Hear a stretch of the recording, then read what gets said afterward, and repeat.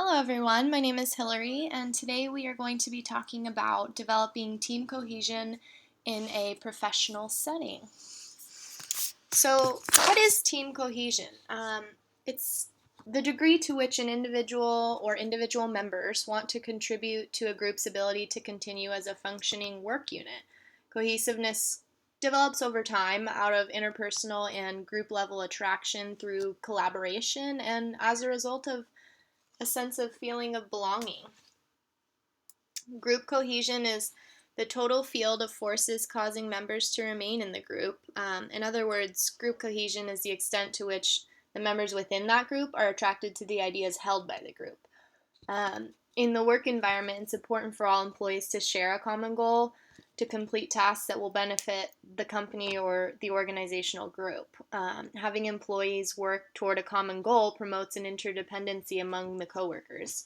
If each member does their part, the task will ultimately come together. A cohesive work environment increases the likelihood of employee satisfaction and serves as an incentive for employees to arrive prepared and willing to conquer the tasks of the day. Lack of cohesion within a working environment is certain to result in unnecessary stress and tension among coworkers. As might be expected, when employees don't get along, work suffers. Thus, cohesion in the workplace could ultimately be the rise or demise of an organization or a company's success. Understanding the root of group formation, as seen through the progression of stages, is an important element in maintaining cohesive relationships within the workplace. In fact, the development and maintenance of those relationships within a given workplace is often an important key to the company's success. Prior to entering into a group, team members are usually different in a lot of aspects, including their personal background, things like work ethic, attitude, and commitments. And to kind of have better probability to ensure cohesion and increase productivity for the group as a whole, team members must find a common ground. To help explain how to find that common ground, I'm going to talk about some stages that employees might go through in order to later become a team. First stage is called forming. It's where group members learn about each other and the task at hand. Indicators of this stage might be unclear objectives, limited involvement, uncommitted members, confusion, stuff like that. Next stage would be called storming. As group members continue to work, they will engage each other in arguments about the structure of the group. Such arguments are often significantly emotional and illustrate a struggle for status in the group. These activities mark the storming phase. Things like lack of cohesion, subjectivity, hidden agendas, conflicts, confrontation, volatility, resentment, anger, inconsistency, and failure. The next one's called norming. Group members establish implicit or explicit rules about how they will achieve their goal. They address the types of communication that will or will not help with the task. Some of those indicators might include questioning performance, reviewing clarity, changing or confirming roles, opening risky issues, assertiveness, listening, testing new ground, and identifying strengths and weaknesses. Performing. Groups reach a conclusion and implement the solution to their issue. Group cohesiveness is developed. Indicators include creativity, initiative, flexibility, open relationships, pride, concern for people, learning, confidence, high morale, success. And I have examples of all of these a little bit later in the presentation. Among the most important factors in constructing group cohesion, though, is trust. Since individual employees possess their own values and beliefs, it takes time for each team member to develop trusting relationships with their coworker. Once trust can be established, an employee is better able to focus on their individual tasks and trust that each other and each employee abide by similar standards. Trust also permits employees to share advice within their cohort when finding themselves in an unfamiliar situation. Ultimately, trust enhances connectedness among coworkers and serves to promote group cohesion.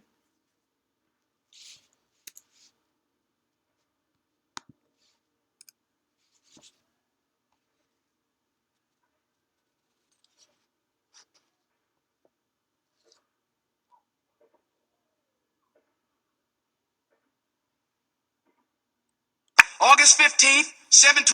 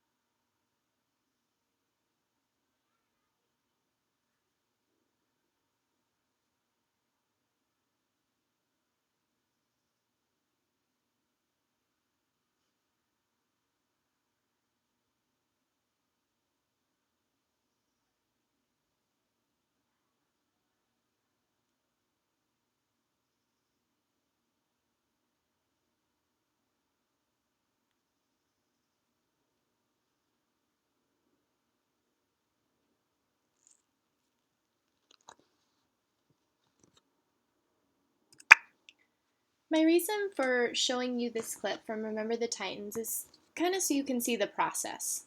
The leader establishing his role, the team trying to figure out how they'll come together, or I should say if they are going to come together. You see them working out the kinks, they start to talk, to communicate, they start to perform well. They realize they can make it work. It's to show that it's a process and it's a difficult one. If it takes the realization from the leader that, hey, I need to establish some relationships between our employees if we're ever going to see each other as partners working towards this common goal we share. I want to talk to you about a book, and it's called Good to Great, written by Jim Collins. This book's been used in many professional settings as a way to bring employees together and understand the common goal and give everyone a chance to kind of discuss it together, almost like a team building activity. The book discusses things like what are level 5 leaders, leaders who have both personal humility and professional will. These aren't rock star leaders whose companies go into decline when they move on. They're diligent and hardworking, more bite than bark. Celebrity leaders often work for a time, but it appears to be more damaging in the long run because they don't create sustained results. It talks about getting the right people on the bus, so to speak.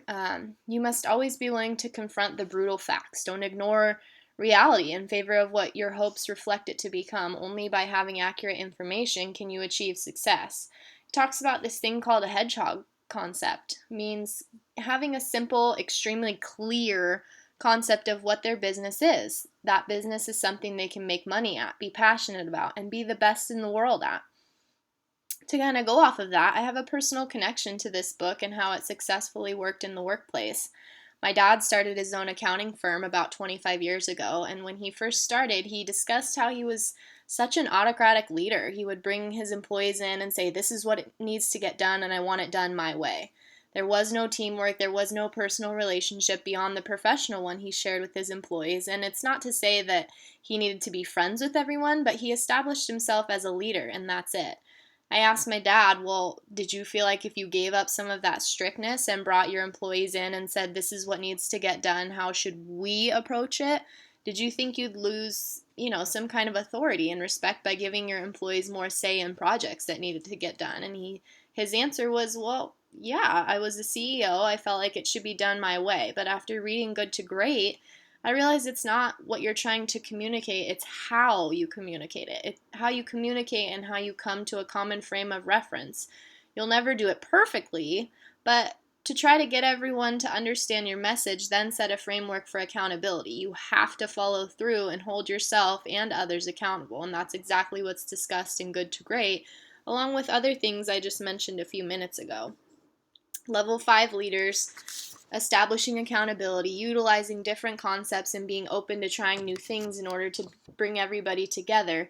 My dad took this book and used it to send this same message to every employee in his firm. He started with the managing partners, assigned each of them a chapter, and at their weekly meetings, they would carve out about 30 minutes to go over the readings and talk about it. And then he did that with the managers, and then he did it with everybody else in the firm. And then he began giving it to every new hire and writing a personal note inside for them to read it and understand the values being explained in the book.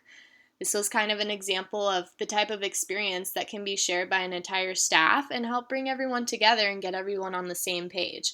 He even took it to a retreat and had people split up into groups and act it out in a skit, and everybody got it, he said. They left that retreat and everybody understood the same message, everybody was on the same playing field, and it drastically changed how their firm operated.